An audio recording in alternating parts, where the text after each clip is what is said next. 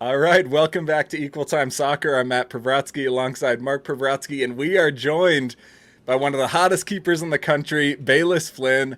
Bayliss, you jump in. You've been a long time sort of personality around Equal Time, but somehow have never been on for a full show, so welcome. Thank you. Thank you for having me. Somehow as if it's not up to us. The blame, there's nowhere else the blame can go. Very long time followers of my women's soccer coverage might even be aware of Bayliss pre Equal Time. I just looked up the piece. I did a piece in 2018 before Equal Time launched when you, at the time, I think were 12, although we're trying to figure out how that math could be right. And it was on recruiting, and I didn't know much about the club scene at the time. I was writing about MTA, writing about the Gophers. And I think I got like several angry DMs for the way I talked about like the youth club scene. And it was officially the end of me talking about club soccer. But it was at the time I remember being blown away because I literally did a sit down interview with you and your parents at like the Edina soccer bubble or Eden Prairie or somewhere. And I At a met Chuck E. Cheese. no, it was like at one of those training facilities. Yeah. Champions And I Hall. yeah, Mm-hmm. I'm sure it was there. And you were like 12 years old and super impressive. And like, we don't have younger siblings. I never interact with like kids that young. And I was interviewing you. And even back then you were super, super impressive. And that was sort of the start of me being impressed by all these like super composed like teenagers that we happen to have on the show. But when you think like that far back, do you ever think that far back of like, oh my God, the stuff I did to try and get up to this level to get recruited so that I could be at a place like Montana? Like, do you ever go back that far? Because I don't do it that frequently. But when like your name comes up, my brain sort of drifts back to that far back. Yeah, I do think about the time when I was like a four-sport athlete in middle school and high school, and I'd have to go from track practice, like in the off season, right to a 3-hour basketball practice, and then get in my parents' car, drive 20 minutes to West St. Paul Dome, and just be 10 minutes early or right on time soccer practice, and then I'd get home at like 10 p.m. Yeah. It's taking the if specializing in only one sport is one extreme, you took it the complete opposite extreme. Not only were you not specializing, I remember how insane it was back then. I think even when you started playing for Aurora when you were still a high school student, I think you were dealing with like some leg fatigue or some whatever. And I think even then you were doing like track and club soccer and Aurora all at the same time. Yeah, so I was doing high school track, and I was doing Minnesota Thunder Academy club soccer and Aurora, and then I got a stress fracture in my foot. So Yeah. yeah, Sounds sounds right. Sounds yeah. right. And the only other sort of old timey story I will tell about Bayliss is when Bayliss first got signed by Aurora that first year. I was running the soccer side that first year, and I had to have like 3 different conversations with the athletic director at Edina High School because everything about Aurora at the time was so shiny and so glitzy. And a lot of TV and general media stories about the team called them pro. And so this high school athletic director was like really stressed out and was I had to really convince him of like, no, this is amateur. I know we're signing pro players. I know this story by whatever TV station said professional, but I promise she's not getting paid. I had to have so many conversations with him just because you were still going to be going back to Edina High School, which is like a very successful high school program, and he and I were both very nervous about not ruining your high school eligibility. Yeah, I didn't even know that you had conversations with them. That's hilarious. Yeah. So when I was in my first and second seasons with Aurora, I would go to practice in the morning Uh-huh. till like 10, and then I somehow configured my class schedule, and I would zoom home, take a quick shower, and then go to class. Yeah. It's oh my gosh. Yeah, I can't. I mean, I think there was like a moment during that early training where like you got your driver's license and the teammates were all happy for you or something, just like crazy stuff. Yeah, It or was like I think I graduated, and then they all lifted me yeah. on their shoulders, and it was You hilarious. Yeah, you and the Raps and Shelly Hope yeah or something, all like getting your graduation gowns the same week. Yeah. Well, let's jump into Montana. So you start this fall. Montana, for those who don't follow, has been sort of a perennial Big Sky powerhouse. You know, the Gophers have Cam Zoo, who started their career at Montana. For folks who need like a random transfer portal connection, you ended up there and have been doing, a ton of cool stuff outside of soccer. Then this fall, you start the season in that keeper group. The starting keeper actually goes down, has like a hand injury, which, hands are somewhat important in the keeping game. You jump in out of nowhere and have just been absolutely on fire. We actually scheduled the show before it came out. Right after we scheduled it, you won Big Sky Defensive Player of the Week honors, which is so rad. Your save percentage is just absolutely ridiculous right now. It's like 89.3%, which is just disgusting. You are someone that loves to sort of play with your feet, play in possession, but all of a sudden you have to jump into this starting spot. What was it like for you to all of a sudden jump in and be like, okay, I have to go 90, I have to be ready after sort of several games of not being out there? Yeah, so last year we had 4 goalkeepers, and the situation just looked completely different. So I was obviously a bench player, not going to get in, didn't think I would get in. And then this spring we had 1 girl quit, this summer we had another. So then we were left with 2 this fall, Ashlyn and myself. And, Ashlyn started the first 5-ish games, I believe. She got her hand stepped on, she broke it, which was so unfortunate. She's a tremendous goalkeeper. And then out of nowhere, I have to come in and play, and I was excited and I was ready, and I've been training for a very long time for this, and I've seen myself improve a lot over the course of the past year or 2. And my coach, Jay Landham, he was probably the biggest reason why my save percentage is what it is now. Worked on a strategy because of my height. I'm probably 5'3" to 5'5" range. I won't admit where. 2-inch range. She's somewhere in there. So I'm anywhere from 5'11" to 6'2". Yeah. So we're working on a back set to get myself on my line in that 24 to 32 yard range away from the net, and that's meant those dipping balls from going over my head, and that's been able to make a lot of my saves. Yeah, I think he is likely the one who had like a tweet about that or some post about that, and I saw the same thing because I regularly, and I'm sure Mark is giving me shit for this, I regularly, when I see shots go in, I've stopped trying to give takes on like how savable some of these shots have been, because sometimes there'll be times where I'm like, it felt like that ball was within arm's reach, but it went over, or even if there's a taller keeper, if you're tall enough, there really isn't sort of an over your head space, like if you're in position. But one thing your coach, like you just mentioned, pointed out, even like posting about it publicly, is, well, the save might end up looking easier than it actually was, because a lot of the work goes into the positioning and all the stuff you just mentioned, which is, you make it look like a savable ball by being in a savable position, but what makes it maybe less savable is if you get yourself caught out of position. But have you as a keeper always struggled with that, of like people perceiving what's easy and hard when a random like shitty field player like me or Mark or whatever tries to gauge what a keeper's doing? Have you I was also a shitty keeper. I was outfield and in the goal shitty. True. That's true. Mark, that's true. But have you always struggled with that, of like even the rest of the team not even perceiving things the same way you experience it as a keeper? A little bit, yeah. So we've had about 3 field players train as backups this fall. So if I go down, they can go in. Yeah. After those sessions, they're like, wow, I have a lot more admiration for the goalkeeper position. I'm like, thank you. Maybe we should have all the field players train. Maybe just once. Yeah. It's like working in the service industry. Everyone has to rotate through. How did you are kind of specifically experienced in this kind of in the last few years in terms of being a backup keeper? All keepers have to deal with it at some point. But you, at the same time, you of course were starring in high school and club, but you got the experience at Aurora first of being a backup, and especially that first year, I'm sure you purely knew it, right? You were by far the youngest player, and so maybe it wasn't so hard to transition, but you had to play other years at Aurora where you were back, and then you eventually got some chances this summer. How did you grow from that? And also, I'm sure, I would think some of those things just benefit you in life, learning that patience, right? Yeah, absolutely. It's been such a learning experience. It's knowing what your role is on the team and how you can best support your teammates. And maybe that's cheering from the bench and just being a support in that support role.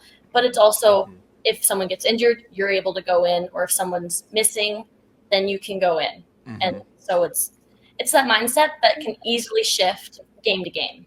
Yeah. Well, and how did it switch? Sorry, man. Like contrasting, it was now the quick transition because you have no time to dwell on how you're a supportive like backup. You have the mindset of I'm the number one, especially you're like, if there's no one even, you're the only one. So you had to shift that. And how has that changed? And how have you noticed that change, or how have you tried to make your mindset change in the last few weeks? Because it's a totally different role now. Mm-hmm. Because I've experienced that starter role in club and high school, and then that bench role with Aurora and other teams. I think that's what made this transition the easiest, and just gaining confidence by those little training moments in practice is what is going to boost my confidence a lot. And on my water bottle, I will write little messages like confidence, it's okay, shake it off, that kind of stuff. And that's just, it's going to help me get in my mindset. Nice. Yeah. I regularly, when I'm talking to keepers, I'm sort of blown away with like the amount of, we already try to really highlight just how hard, like high level women's college soccer is, like the stress, like the emotional stress, the mental stress. Even like if you have a dedicated role, like a set role, like it's really hard, let alone when you don't have a role you expect yourself to have, or you don't have one you think you've earned or whatever. And then that's in general. And then being a keeper, it personally to me feels like it would be an added layer of isolation just because of what the position is, because there's only one spot. And so like, you know, if you're a good winger, but you're not able to play, you might be able to find yourself playing outside back or whatever. When you're a keeper, it's like, well, no, this is so singular and it's so individual. And there's a huge difference, like Mark kind of mentioned, between going into the Aurora experience where, you know, you're by far the youngest keeper there. You sort of know, like probably Nicole said to you, like, hey, we'd love for you to be in training. We think you have a lot of potential. We'll probably get you some minutes, but you sort of know what your role is, versus when you go into college, basically everyone goes in kind of wanting to compete for that spot, or, you know, going in to have a chance to compete for that spot. That whiplash of, because you went in last year, you're not playing this year, beginning of the season, you're not playing. That happens to plenty of players, by the way, but you're sitting in that position. That's such a whiplash, I would think, to go from like grappling day by day with how hard it could be. Like, I think, you know, it's good to be a good teammate and you want to be a good teammate externally, but internally, like, can you talk about just the challenge that really is to sort of go in and all of a sudden being like, I competed, I tried my best, the coaches went a different direction, and yes, externally I'm going to be a good teammate, but also internally you still have to grapple with all of that stuff. Yeah. I would say it's that going into Aurora, I was definitely in a space where this is training for college. This is what's preparing me for college. Because I didn't know what that environment would be like. Right. Obviously, you don't when you're in high school. So It was using that experience now in this season and my past season at the University of Montana, just to be flexible. It's all, and I have a very open mindset, and I think that's helping me in this situation. Yeah. Well, I mean, I know when I talked to you over the summer, you also said, you know, part of the whole experience of being a college athlete is all the stuff outside of soccer too, like all the cool stuff you're doing with like the student journalism stuff out there, like when you had your podcast about like the dining hall, I listened to it, you know, like all of your like fun like stuff out there. I gotta listen to that. It's also just a really cool campus. I mean, anyone from Minnesota, or at least I'll speak for myself, you see these stadiums where it's like the background is literally a mountain range, or, you know, like the campus is literally intermixed like near a mountain range. What's it been like for you sort of settling in there, just like as a human being, of like, this is a new part of my life. I'm in a new place. You know, I've lived in Minnesota forever. Now I'm in Montana, and now I'm setting up sort of a new stage of like getting to be yourself out there on campus. Yeah. So the moment I came on my official visit, I knew that I really wanted to be here, and I've really fallen in love with the mountains. I love my roommates. I've made such good friends. We go on camping trips in Glacier. We've done that a couple times. We've, you know, done road trips to Banff. So there really was no difficult transition period. And I'm also an only child, so I'm not exactly used to sharing, but it wasn't difficult at all to transition to that, you know, college dorm life at all. Yeah. What's your favorite part? I mean, the outdoors, obviously, but then like maybe what else has surprised you about being it's Billings, right? You're in Billings. Missoula. Missoula. Sorry. No, you're Grizz. good. Gonna get roasted. Montana State fans are gonna come into our mentions. I'm just mixing up all my Montana schools. Yeah, well, I think the food scene is just amazing here, and I'm a bit of a foodie, so I love going out to eat here. The downtown is the perfect size, not too big, not too little, and there's great thrifting as well that I feel people don't always know about. Yeah.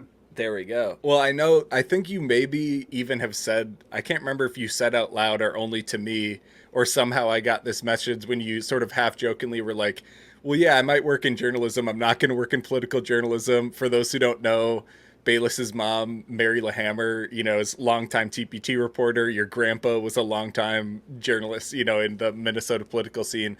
But let's just say hypothetically, you had the chance to work in like sports journalism, Bayliss, like for a very independent boutique, like innovative, fun outlet, like based in the Midwest. I mean, it pays really well, obviously, but would you ever have interest in doing like sports stuff, like trying to work in the soccer space or just sports journalism in general? Yeah, definitely. I think a lot of the story ideas and pitches that I come up with end up being sports stories just because that's what I'm involved with every single day at the university. Yeah. It's a bit of a challenge because obviously there's kind of conflict of interest. It's always like, this really good story, I guess I'll give it to you. Yeah. I remember even your dining hall story. I think like one of your teammates or somebody, like you interviewed them, and I was just like smirking to myself about how great it was. But it's like, yeah, you're student experience, baby, of course. Well, and you're just about to head into Big Sky conference play. I think you have one final non-conference test against Boise State, which is they've been a quality program the last few years. Your former Aurora teammate, Morgan Stone, came from there. They're not conference foes for you guys, but sort of a vaguely nearby mountain foe. But what's it been like for you sort of getting into a rhythm now as a team? How are you all feeling? Obviously in a conference like Big Sky, and any conference, but Big Sky in particular, you really need to sort of win that conference tournament to make it into the NCAA. So this is really the start of the real meat of the season. But how's it feeling for you guys as a team and just competitively as you go into your last non-conference test?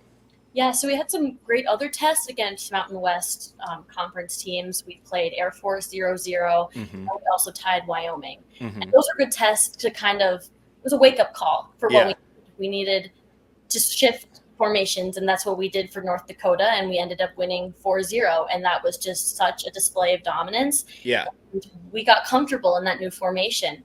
It exposes us a little bit, but that's okay. I like to be off my line and come get things, so I'm having fun with it. Yeah, you like doing your sweeper keeper shit. You get out there and get nuts for sure. I'm curious. When you mentioned that 4-0 win against North Dakota, for equal time followers, maybe on paper you would say Montana's been really strong. A result like that is like maybe even predicted, but you still have to go out there and earn it. I mean, the Gophers only beat NDSU 1-0. Like, these non-conference games are all really tough. And you mentioned the Wyoming one. I talked to the Wyoming coach a few years back when she came to Minnesota for a non-conference game, and I didn't realize how much of a home field advantage Wyoming has historically because of that altitude. And I'm curious for you, did it feel that wild for you, or are you also kind of at an altitude where it's not that big of an adjustment? Was it a big feeling going and playing at Wyoming? So we are at altitude in Missoula, but before we played Wyoming, we went to Air Force. Their field is literally in the mountains. Yeah.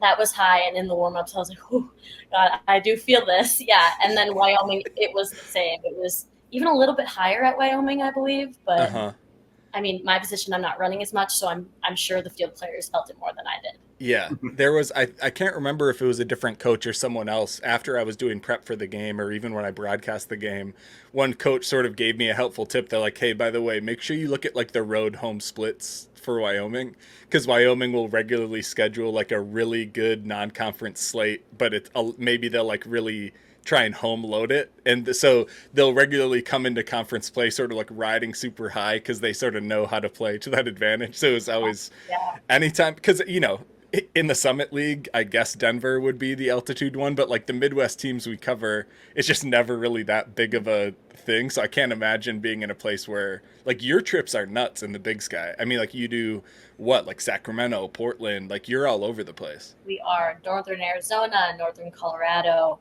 Weber State, Idaho State, Idaho. Yeah, we're all over. Yeah, that's wild.